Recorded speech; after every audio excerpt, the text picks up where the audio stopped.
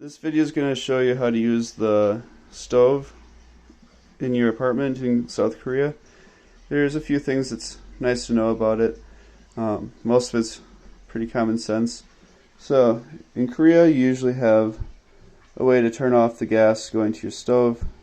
Pretty out in the open, pretty obvious. So right now it's off because this handle's going across like this. If you want to turn it on, turn that switch like that, so it's going parallel with the pipe and the tube. Then with the stove, you can push this in. It starts the sparker. You can't see it in the video. And then you turn the knob to get the gas going. Mine turns off if I don't hold it down for a while. So I hold it down and keep sparking it for a while. This one I'll try lighting and not letting it heat up, and I'll let go of the gas right away. Yep, there you go. See, it turned off. That's still on, so I'll turn that off. Because seeing how it was still on, there's still gas going through even though the flame wasn't on. So make sure you turn that off. This stove actually does have a sensor, so if you have this knob on but there's no fire going, then there's going to be an alarm that goes off. Also, if you turn this off and you leave this on, then there's an alarm that goes off just to tell you that the knob is turned on and there's no fire. So it doesn't matter if there's gas going through or not, there's going to be an alarm going off.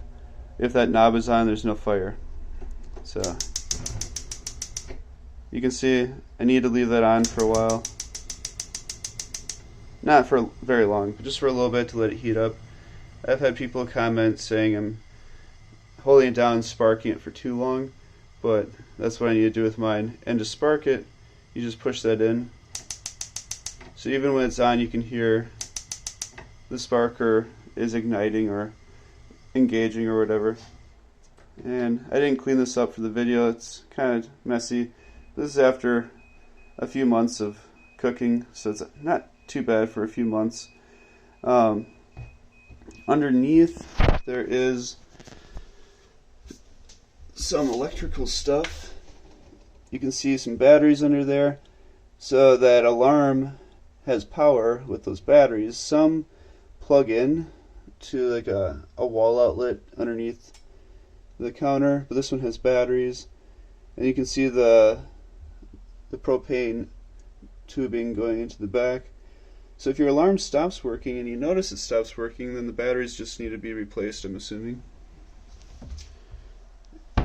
And then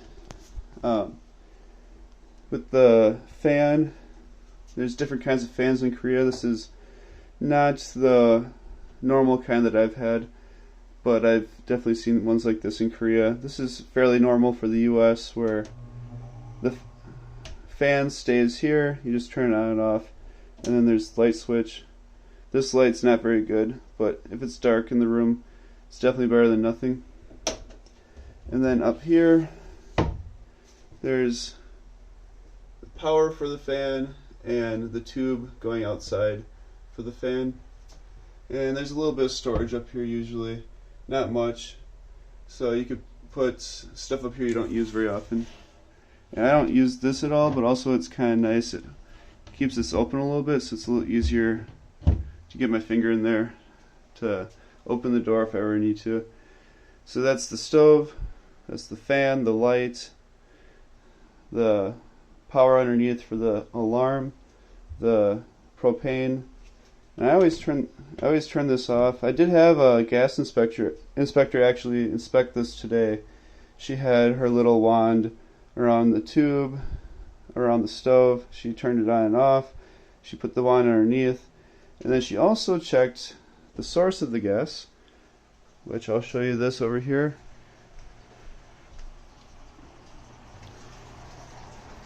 So this is where the gas first comes into the apartment. You can turn off the gas for the entire apartment right here. This is also the water heater, so you can control things with the water heater in here. I talk about the water heater and how to use that and the floor heating in a different video. If you have any more questions about the stove or ovens in Korea, then let me know. Ovens aren't as common in Korea because there just isn't as much of a need for it for the kind of cooking Koreans have, or Koreans do in Korea. And then also, there's not as much space, as you can tell, in Korean kitchens on average. So it's not worth taking up that space and wasting that space. Looks pretty messy under here, but these are just plastic bags that I've saved that I use for trash or whatever. So it's actually not that messy.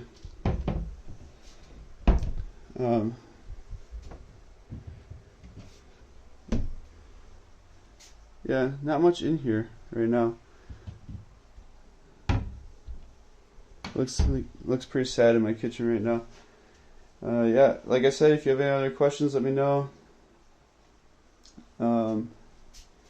If that's getting propane, then that should be working. Oh yeah, sorry. Also, the batteries are for the igniter, for the sparker.